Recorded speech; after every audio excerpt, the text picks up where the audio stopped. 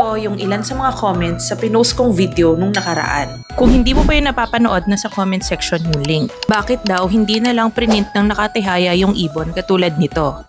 Ito kasing una kong ginawa, hinati ko pa sa gitna.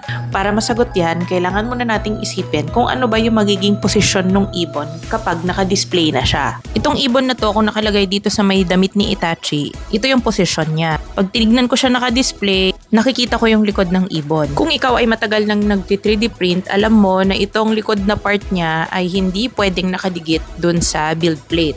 Lalo na kung lalagyan ng support. Bakit? Kasi una, pag print ko yung likod ng ibon na nakadikit dun sa print bed o pag nakatihaya siya, may areas na magiging flat. Pangalawa, dahil hindi rin completely flat yung likod ng pakpak, kailangan pa rin ng supports. Tignan natin kung ano yung magiging consumption ng materials.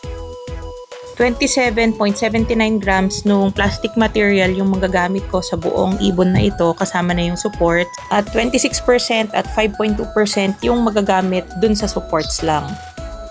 Kung ikukumpara dun sa hinati kong ibon, 18.95 lang yung magagamit na filament and 11% yung magagamit sa supports. Ito na yung bagong print na ibon at niliitan ko lang siya para hindi sayang kasi for tutorial purposes lang naman.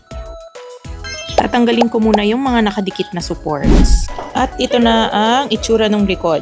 Kung ikukumpara ko doon sa una kong na-print, better yung itsura ng likod nung may hating ibon. Kapag ang pinili ko naman ay yung ibon na ito, mas madali nga siyang i-print kaso mas marami yung gagawin kong pagpapakinis sa kanya or hahaba yung post-processing part. Wala namang problema kahit ano ang piliin mong paraan ng pagpiprint. Isa ring option ay yung lagyan ng supports yung ibon sa ilalim ng pakpak. Kasi pag ganito yung posisyon niya, hindi ko naman nakikita yung ilalim ng pakpak. Ito yung itsura niya pag may supports na sa ilalim ng pakpak. Itong color green yung supports. Lagi mo lang tatandaan pag nag-3D print, pangit ang kinakabitan ng support. Pero sa tamang settings, pwedeng mabawasan yung pagkapangit niya. Pwedeng PETG, yung support interface material. Tapos yung main 3D model mo ay PLA material. Dahil magkaiba silang materials, hindi sila magdidikit pag ginamit mong support yung isa.